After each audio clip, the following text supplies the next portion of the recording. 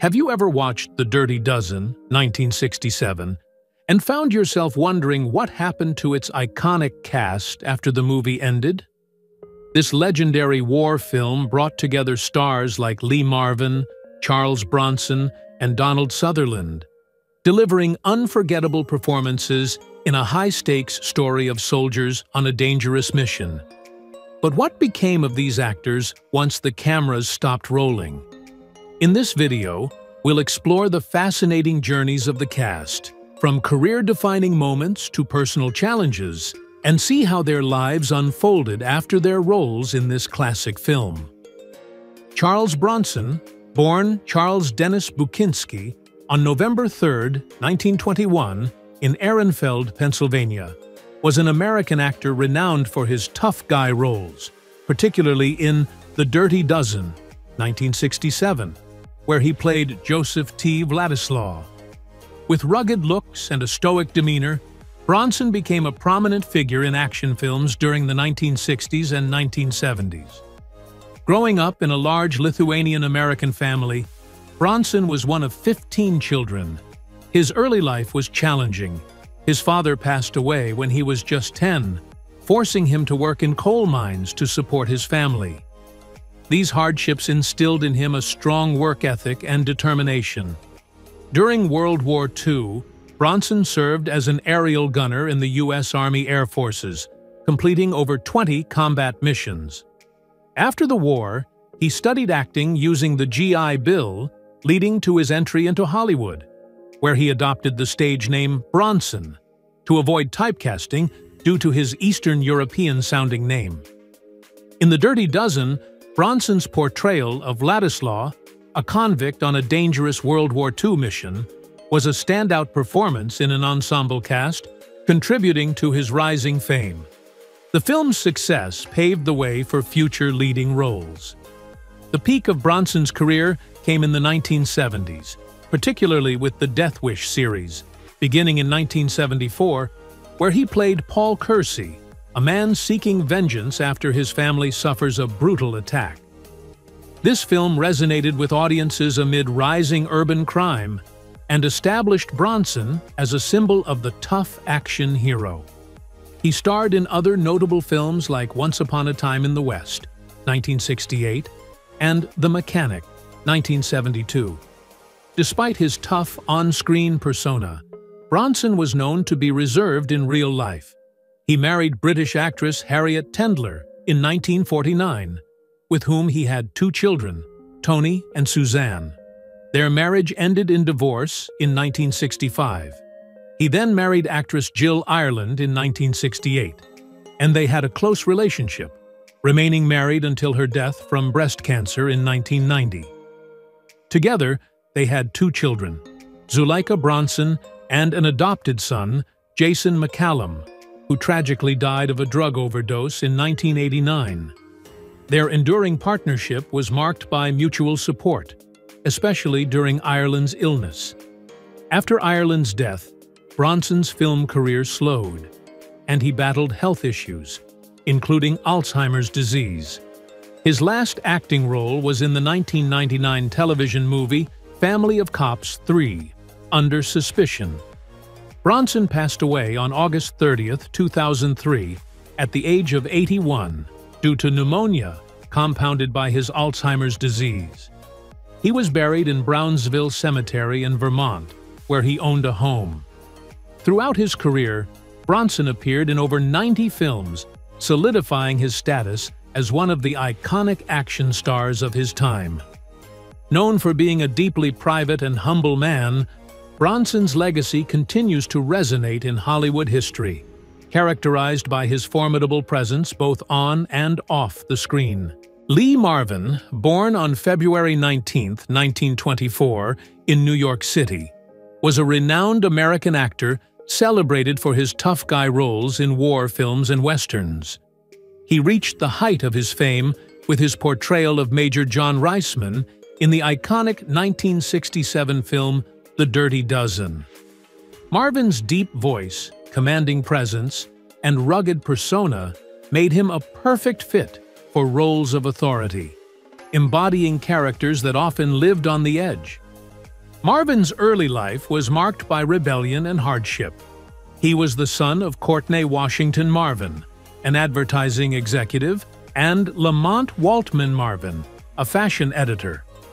After being expelled from several schools, he enlisted in the U.S. Marine Corps during World War II. He served with distinction in the Pacific Theater and was seriously wounded at the Battle of Saipan, leading to a medical discharge. This military experience profoundly influenced his later performances, providing him with a first-hand understanding of the realities of war. Following the war, Marvin moved to Hollywood and began his acting career in small roles on television and in film. His breakthrough came with The Wild One, 1953, where he played a rival gang leader opposite Marlon Brando. Throughout the 1950s, Marvin gained a reputation for portraying tough, no-nonsense characters, particularly in westerns and war films. His big break came in 1965 with Cat Ballou, where he won an Academy Award for Best Actor, showcasing his versatility. In The Dirty Dozen, Marvin played Major Reisman, a cynical officer tasked with leading a group of convicts on a suicide mission during World War II. His performance became one of the defining roles of his career, and the film remains a classic, highlighting his ability to convey both authority and vulnerability. Marvin's personal life was marked by turbulence. He married Betty Ebeling in 1951, and they had 4 children: Christopher, Cynthia, Courtney, and Claudia. The marriage was strained due to Marvin's demanding career and lifestyle, leading to their divorce in 1967. He later entered a high-profile relationship with Michelle Triola, which resulted in a landmark legal case regarding palimony. Marvin eventually married Pamela Feely in 1970, and their relationship was more stable and fulfilling. Despite his tough exterior, Marvin enjoyed outdoor activities like fishing and hunting, often spending time in Tucson, Arizona, where he lived later in life. His health began to decline due to years of heavy drinking and smoking, culminating in a heart attack on August 29, 1987, at the age of 63. His passing marked the end of a significant era in Hollywood, as Marvin was one of the last of the classic tough guy actors. Throughout his career, Marvin left an indelible mark on the film industry. His ability to portray complex, morally ambiguous characters made him a standout actor. His legacy, particularly through films like The Dirty Dozen, continues to influence filmmakers and actors today, solidifying his place in cinematic history.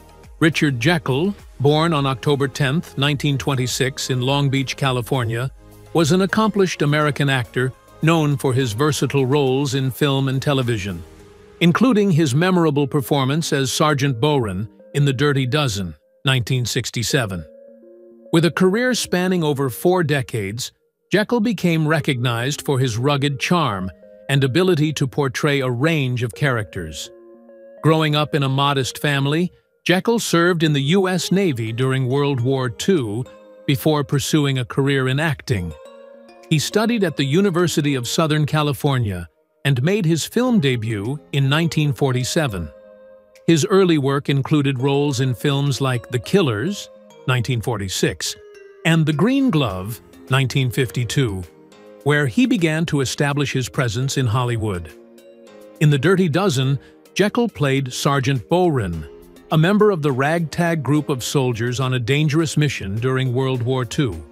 His performance added depth to the ensemble cast and showcased his ability to balance toughness with vulnerability, contributing to the film's success and enduring popularity. Throughout his career, Jekyll appeared in a wide array of films, including The Great Escape, 1963, Sometimes a Great Notion, 1970, and The Devil's Brigade, 1968. He received critical acclaim for his performances, often playing military or law enforcement roles that capitalized on his strong, commanding presence. On the personal front, Jekyll was married to actress and model Sally Jekyll, with whom he had 2 children. He maintained a relatively private life, and while he experienced the typical ups and downs of a Hollywood career, he remained focused on his craft and family. The couple's bond seemed strong, and they often appeared together in public events, showcasing their enduring partnership. Richard Jekyll's later years were marked by a decline in his health.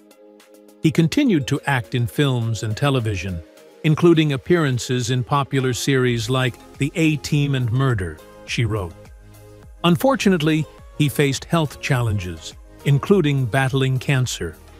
Richard Jekyll passed away on June 14, 1997, at the age of 70, due to complications from cancer.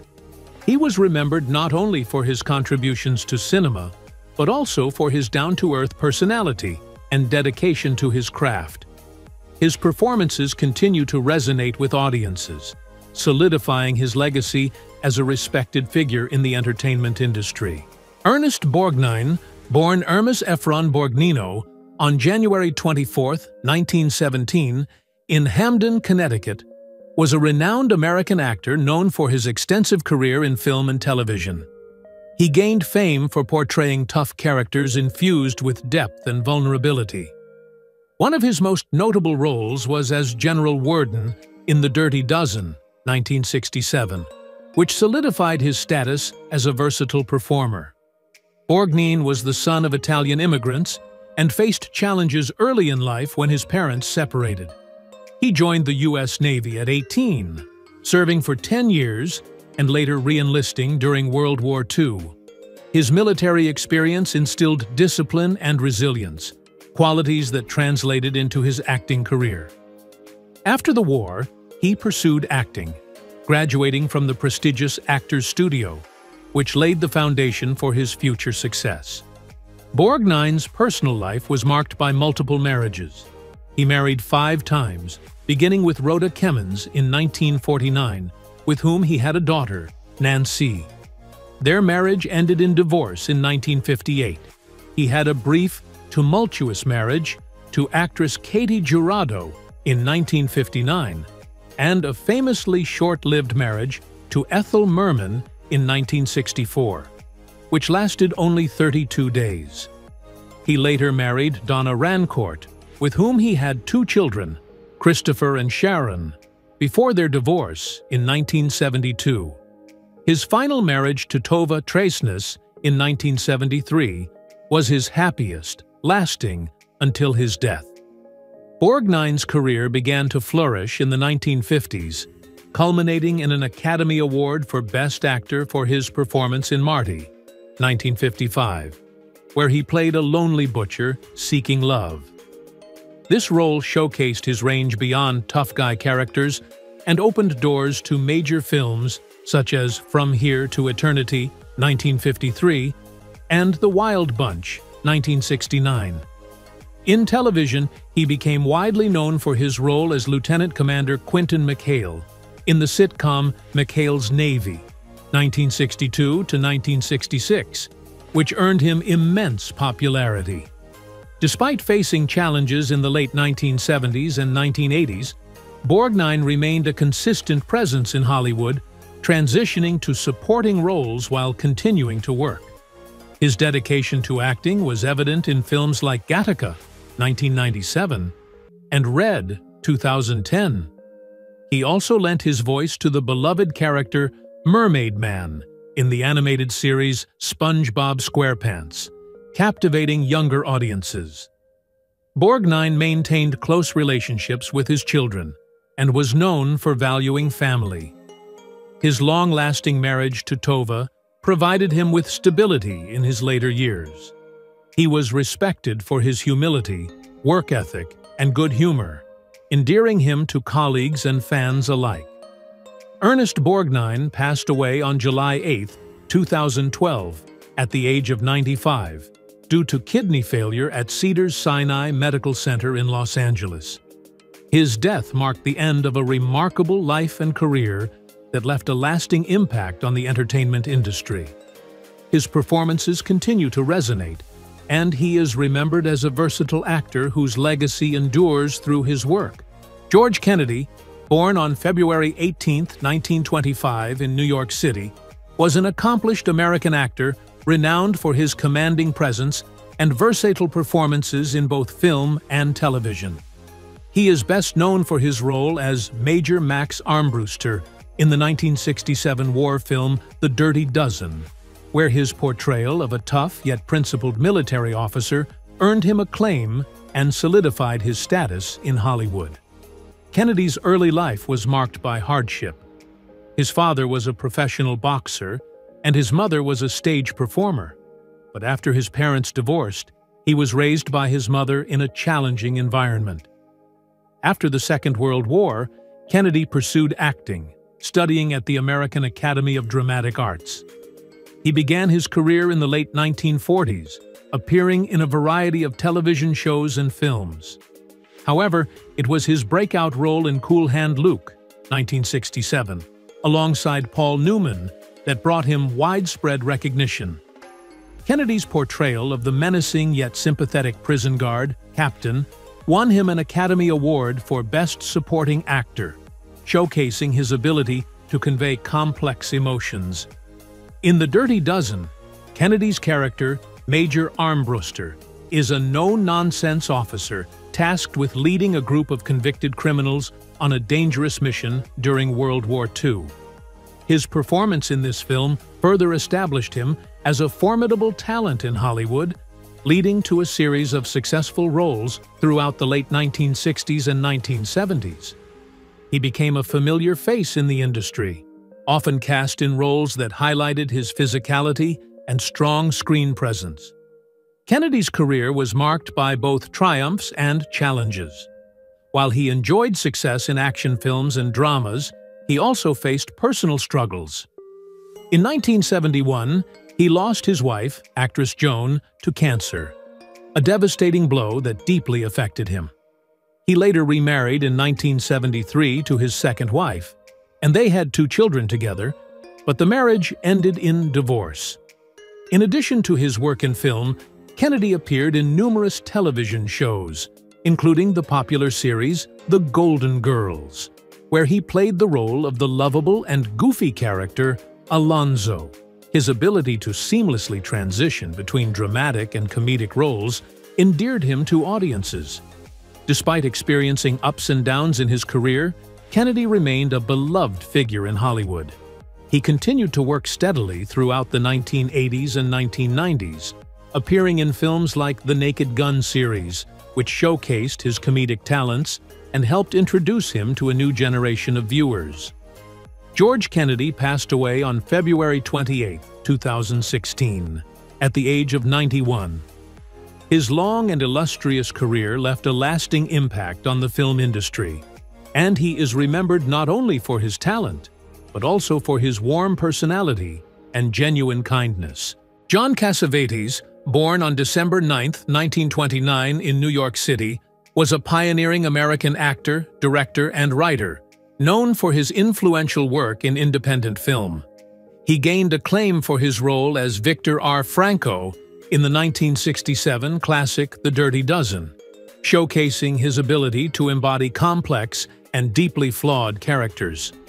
Cassavetes grew up in a family of Greek descent, which instilled in him a strong sense of identity and cultural awareness. He studied at the New School for Social Research and began his career in the 1950s, appearing in various television shows and films. His early work included roles in popular series like The Twilight Zone and films like Edge of the City, 1957. However, it was his work as a director and writer that would ultimately define his legacy. In the 1960s, Cassavetes turned his attention to filmmaking, aiming to create more authentic representations of human emotions and relationships. He directed Shadows, 1959, a groundbreaking film that explored the lives of African-American artists in New York City. This marked the beginning of his commitment to independent cinema, focusing on improvisation and character-driven narratives. Cassavetes continued this approach in films like Faces, 1968, and A Woman Under the Influence, 1974, both of which received critical acclaim and highlighted his unique style of storytelling.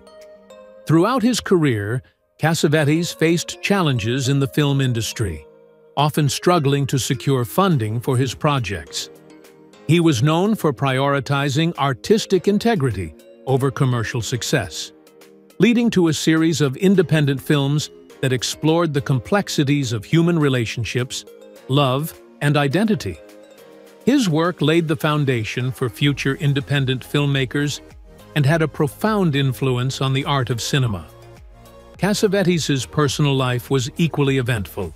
He married actress Gena Rowlands in 1954, and their partnership became one of the most celebrated in film history. The couple had 2 children, Nick and Alexandra, both of whom pursued careers in the entertainment industry. Gena often starred in Cassavetes' films, delivering powerful performances that showcased her talent and range. Despite facing numerous health issues later in life, including a battle with cirrhosis of the liver, Cassavetes continued to work in the industry. He received several accolades for his contributions to cinema, including an Academy Award nomination for Best Supporting Actor for his role in The Dirty Dozen, and multiple nominations for his directorial work. Cassavetes' passion for storytelling and his commitment to authenticity resonated with audiences and critics alike. John Cassavetes passed away on February 3, 1989, at the age of 59, leaving behind a rich legacy as a filmmaker and actor. His influence on independent cinema continues to be felt today, as he inspired countless directors and actors to pursue their visions outside the confines of the Hollywood system. Trini Lopez, born on May 15, 1937, in Dallas, Texas, was an American singer, songwriter, and actor. Best known for his lively music career and memorable roles in films like The Dirty Dozen, 1967, where he portrayed Pedro Jimenez. Lopez's charismatic personality and distinctive blend of pop and Latin music made him a beloved figure in entertainment. Lopez grew up in a Mexican-American family and faced challenges early on, including the loss of his father, who passed away when Lopez was only 10 years old. He developed a passion for music and began performing in local clubs during his teenage years.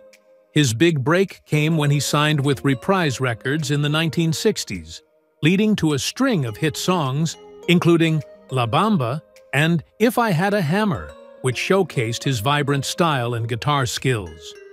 In The Dirty Dozen, Lopez played Pedro Jimenez, one of the convicts recruited for a dangerous World War II mission. His performance added both charm and depth to the ensemble cast, contributing to the film's critical and commercial success. The film became a classic, and Lopez's role helped elevate his profile as an actor. Throughout the 1960s and 1970s, Lopez continued to enjoy success in both music and film. He released several albums, with his music often reflecting his Latin roots. His unique sound, which blended traditional Mexican music with pop elements, earned him a loyal following. Besides his music career, he appeared in several other films, including The King's Pirate, 1967, and The Last Picture Show, 1971. Lopez's personal life included a marriage to his high school sweetheart, whose name was not widely publicized. They had 3 children together, which he cherished deeply. While he often kept details of his family life private, it was clear that he valued his role as a father. In later years, Trini Lopez continued to perform and tour, maintaining a strong connection with his fans. He embraced his heritage and often participated in events celebrating Latin music and culture. He remained a beloved figure in the entertainment industry, known for his warm personality and dedication to his craft. Trini Lopez passed away on August 11, 2021, at the age of 83, due to complications from COVID-19. His death marked the end of an era for many fans who cherished his music and performances. Lopez left behind a rich legacy in both music and film, remembered for his contributions to the entertainment world and his ability to bridge cultural divides through his art. His songs and performances continue to resonate with audiences, ensuring that his influence endures. Jim Brown, born on February 17, 1936, in St. Simons Island, Georgia, is widely regarded as one of the greatest running backs in NFL history and a significant figure in American culture.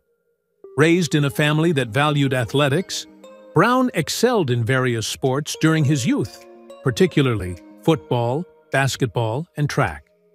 He attended Syracuse University, where he gained national attention for his exceptional football skills, leading the Orange to a successful season.